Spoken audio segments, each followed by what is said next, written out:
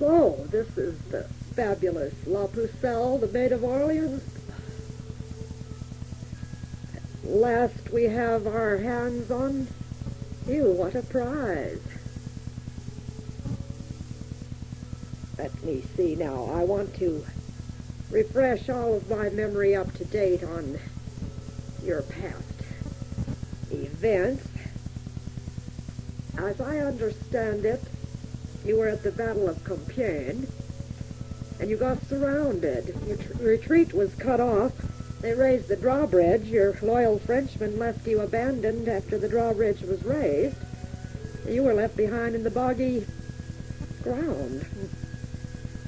And then the archer seized you by the cloak, dragged you off your horse, and took you to his superior, Wandom, by the name.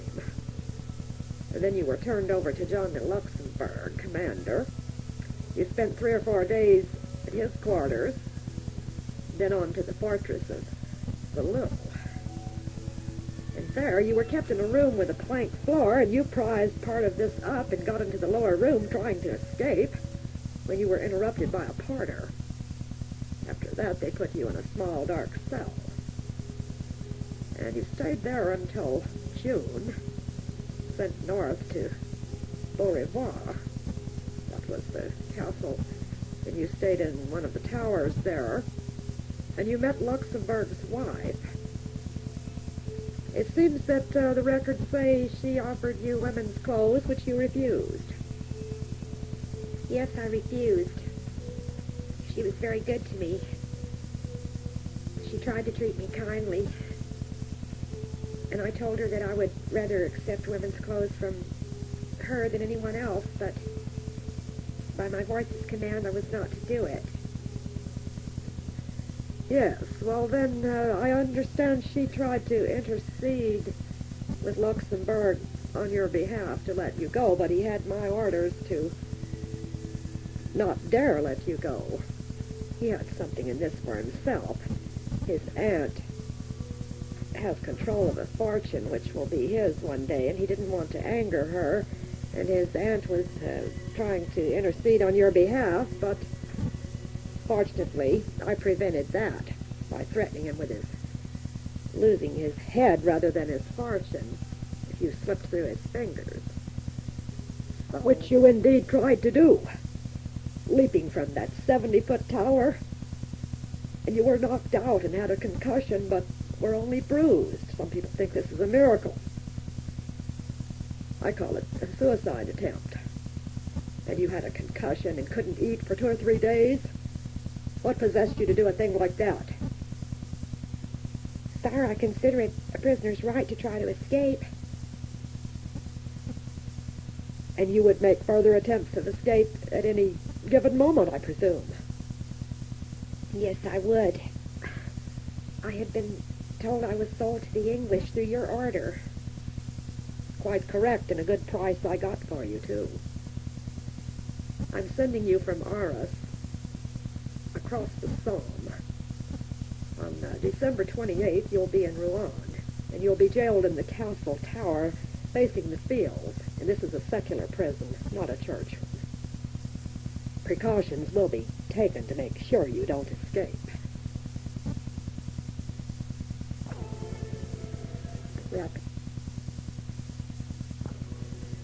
Come with me.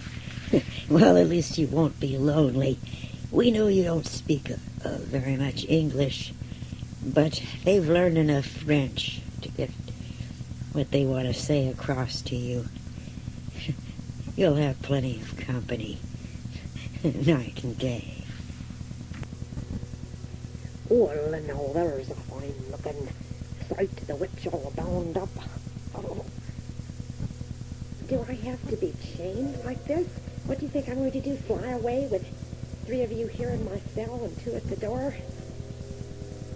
We're not taking any chances. You bloody tart. You're gonna burn, you know. Well, listen to her talk. You think you're gonna be able to deny our presence? That's gonna be a mite hard to do when we're gonna be here day and night. Huh? This could be a good opportunity. What, you say we'll have a little fun to pass the time?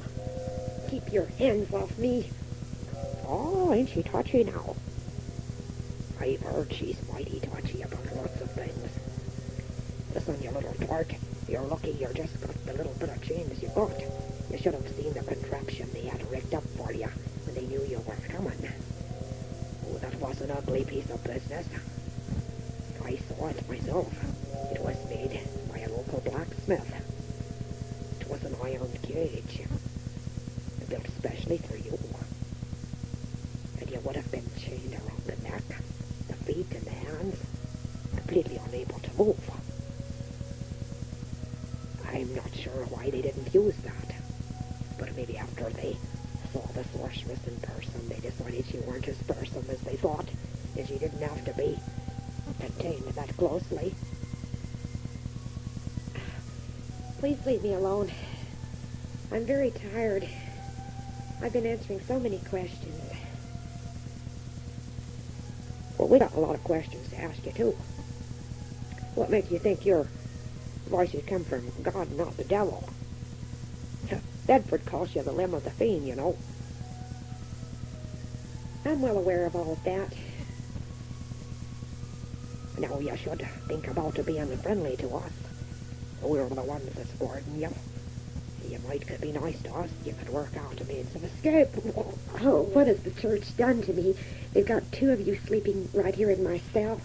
3 more guards at the cell door. I won't even have the privacy to be alone to talk to my voices ever. Oh, she wants to talk to her voices.